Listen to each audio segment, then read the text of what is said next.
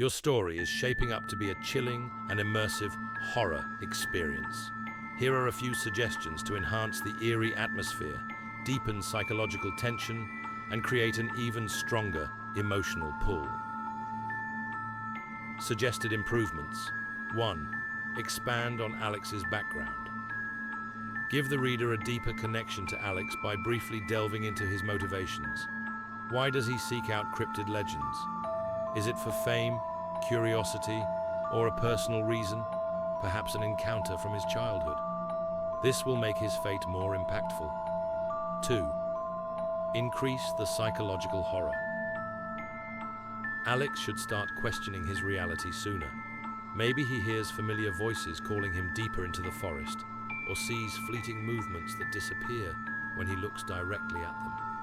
Build an increasing sense of paranoia. 3. Slow burn the supernatural elements.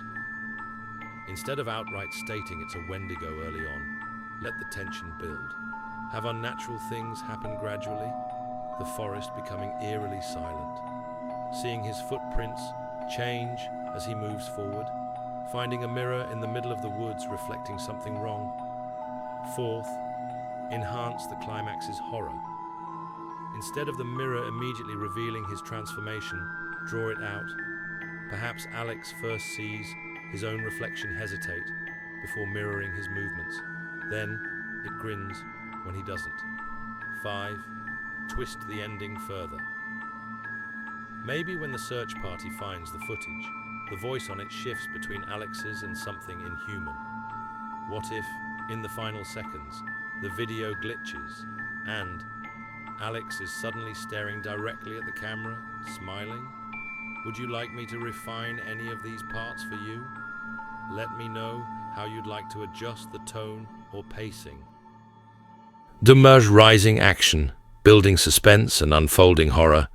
2,000 words. The deeper Alex ventured into the Kentucky wilderness, the more the world around him seemed to shift. The trees loomed taller, their gnarled branches twisting unnaturally against the inky sky.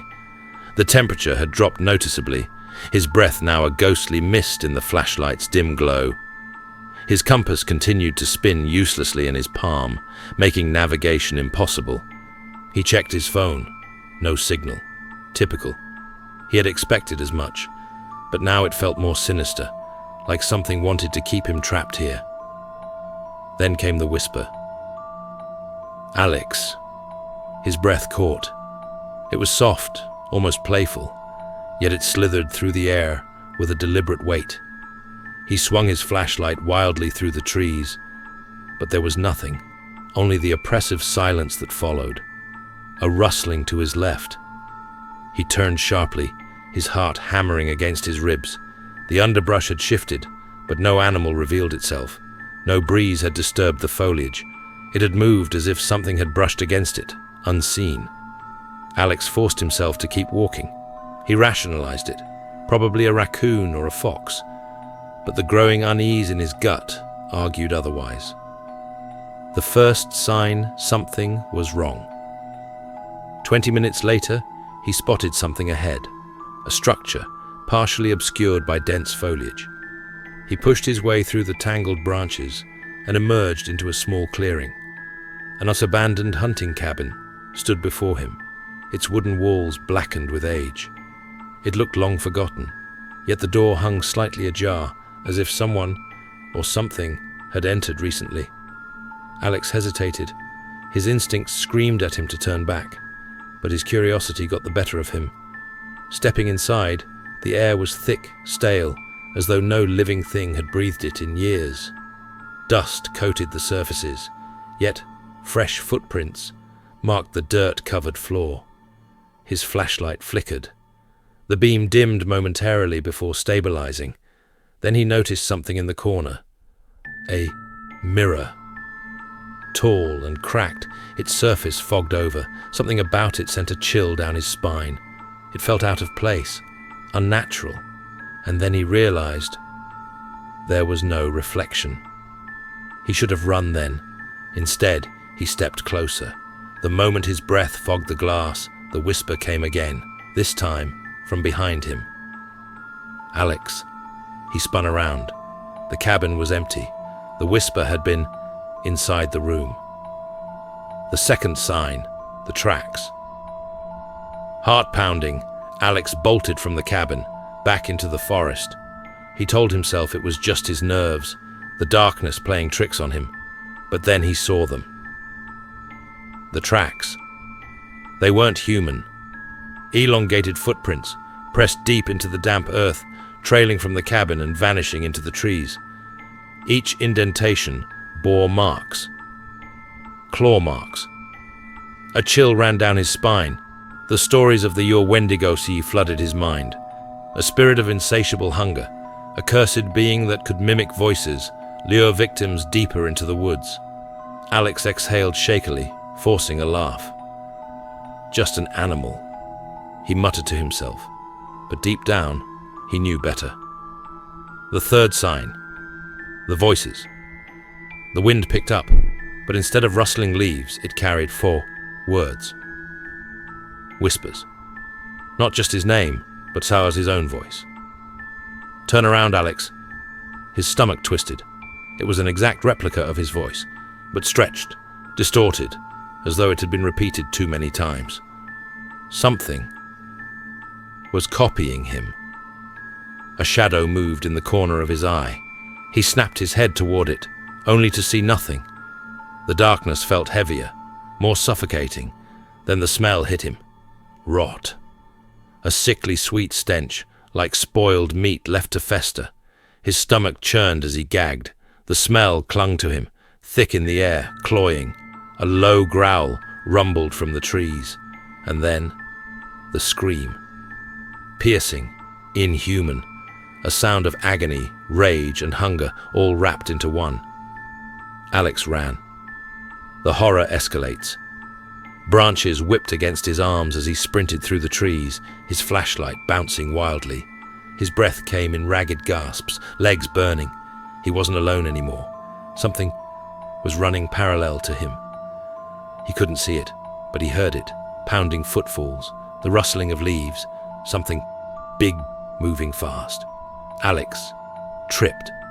His flashlight tumbled from his grasp, rolling several feet ahead, its beam casting wild shadows. And in that moment, he saw it. A figure, partially obscured by the darkness. Tall, thin. Its limbs were too long, its fingers tipped with jagged claws. Its head, crowned with twisted antlers, tilted unnaturally. Eyes, black voids. It grinned, revealing a maw of jagged teeth. Alex scrambled backward, his pulse roaring in his ears. His trembling fingers found the flashlight, the beam flick. The climax, terrifying revelation and turning point, 2,000 words.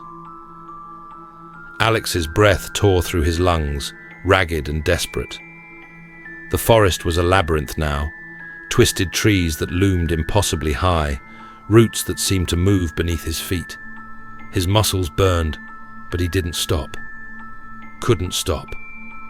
Behind him, the thing pursued, silent except for the whispering wind that carried his own name.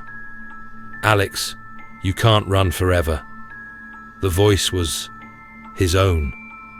He choked down a sob and pushed forward, his mind screaming, "This isn't real, this isn't real, this isn't real." But every nerve in his body told him otherwise. Then, he saw it. A clearing ahead, the abandoned hunting cabin. No, not the same one. This one was newer, intact. The walls weren't rotted, the windows weren't shattered. It was as though time had reversed itself. But that wasn't the worst part. A light was on inside. A flickering, sickly yellow glow leaked from the cracks in the boarded-up windows. And worse, the front door was open.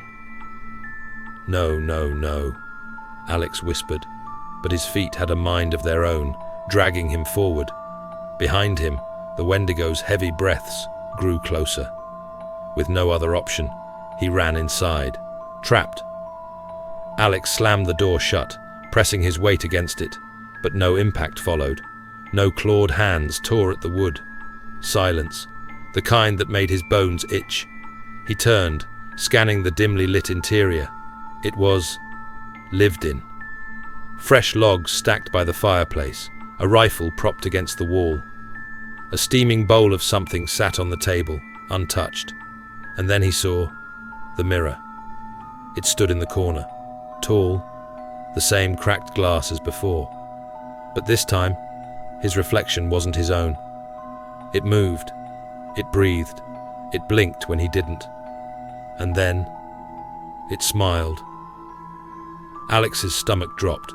The thing in the mirror tilted its head, watching him. Then, it stepped forward. Not in the reflection, out of the mirror. Alex stumbled backward, heart hammering in his chest. His mind refused to process what was happening. The thing was him, but wrong, too thin, too pale. Its mouth stretched wider than humanly possible, its teeth jagged, too sharp. Then it spoke. "You took too long to come back." Alex shook his head. "Well, what?" The thing laughed, a dry, brittle sound, like leaves crunching underfoot. "How long do you think you've been out there, Alex? Hours? A day?" A cold dread slithered through his veins. "It's been weeks." Alex's throat tightened. No, that wasn't possible. He had only been lost for a few hours, right? The thing inched closer. "The Wendigo doesn't just hunt flesh, Alex. It hunts souls. It gets inside your head, twists time, and when you finally give up, you become it." Alex's knees buckled. Number. This wasn't real. The mirror version of himself leaned in, whispering in his ear, "Look outside." With trembling hands, Alex moved to the window. He saw himself. Not his reflection, his real body. Lying on the ground in the clearing. Emaciated, skin stretched tight over bones. Mouth slack, eyes, black pits. Dead, or worse, becoming it, the Wendigo. Alex stumbled away from the window, his chest heaving. His reflection had taken his place. It grinned at him through the mirror, pressing its hands against the glass. "Time to go," it whispered. The door blew open. Behind him, a freezing wind howled through the cabin, and then clawed hands reached inside. Alex screamed. The final moments. The forest outside had changed completely. Where there had once been trees, there were now mirrors. Hundreds of them, each one reflecting a different Alex. Some were screaming, some were laughing, some were just watching. The Wendigo stood in the center of them all, waiting. Alex turned to run, but the moment his foot crossed the doorway, his reflection reached out and pulled him in. Into the mirror. Into another reality. And the thing that looked like him, the hollow-eyed, grinning thing that was no longer Alex, walked out. It picked up the flashlight, it dusted off its torn jacket, and then, with a smirk, it stepped back into the forest. To find someone else, to hunt, to feed. This climax ties together psychological horror with supernatural dread, revealing that Alex was doomed from the start. The Wendigo doesn't just kill, it replaces. Let me know if you want more refinements or a different twist. The ending, conclusion, leave a lasting impact. 1,500 words. The forest stood still, silent, watching. The wind had died. The whispering voices had faded. The trees no longer shifted like hungry creatures in the dark. The thing wearing Alex's face strode forward, its stolen body moving fluidly, confidently. It no longer had the awkward, frantic movements of prey. It had become the predator. The real Alex was gone, but not really. The search party. It was 3 weeks later when the authorities finally sent a search team into the woods. Alex's disappearance had made the news. Just another missing hiker, another lost soul swallowed by the endless Kentucky forest. His friends had reported him missing. swearing they had last seen him entering the woods alone that night, chasing legends. They had warned him. Don't go looking for things that don't want to be found. The search team combed through the trees, calling his name, pushing through the dense overgrowth. But the deeper they went, the more off the forest felt. Their compasses spun uselessly. Their GPS flickered, refusing to lock onto coordinates. They found footprints, but they weren't human. And then they found the camera. A searcher lifted it from the dirt, its lens cracked, caked with dried mud. The footage was still intact. The last video showed Alex, wild-eyed, mumbling to himself. It knows my name. It's inside me. I think I saw myself. It's watching. It's always watching. The final frame? The hunting cabin. The team rushed forward, following the GPS coordinates extracted from the footage. They found the cabin, but it wasn't abandoned. The door creaked open under the lightest push, revealing a lived-in space, a smoldering fire, a half-eaten bowl of something rancid, and a freshly torn jacket hanging by the door. A name tag still clung to the fabric, stained with dirt and something darker. Alex. The team exchanged uneasy glances. No sign of a body, no blood. Just an overwhelming sense of being watched. And then, the wind howled, and in it, Alex. Something else walks among us. Days later, a man stumbled out of the forest. He was disheveled, thin, clothes torn but eerily intact. His skin was pale, stretched over sharp cheekbones. His eyes were too dark, too hollow. He introduced himself as Alex Carter. The authorities took him in, questioning him relentlessly. Where have you been? What happened? But Alex only smiled, a thin, empty thing. I was lost, he said simply. But I found my way back. His friends rushed to see him. They hugged him, cried, laughed, but something felt wrong. Alex didn't laugh the way he used to. He didn't talk the way he used to.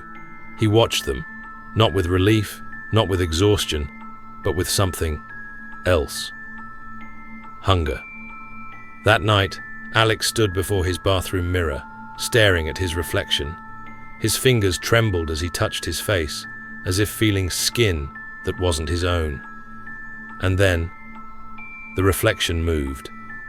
Not with him. Before him. It smiled, a wicked, knowing grin, and whispered, almost time. The lights flickered, and Alex, or what wore his face, grinned back. Final line. As the wind howled through the trees, a whisper rode the air, carrying his name, Alex, beckoning another soul into the Wendigo's grasp. This ending leaves an eerie, unsettling mystery. Alex is back, but is it really him? Or has something else taken his place, waiting, biding its time? Let me know if you'd like any refinements.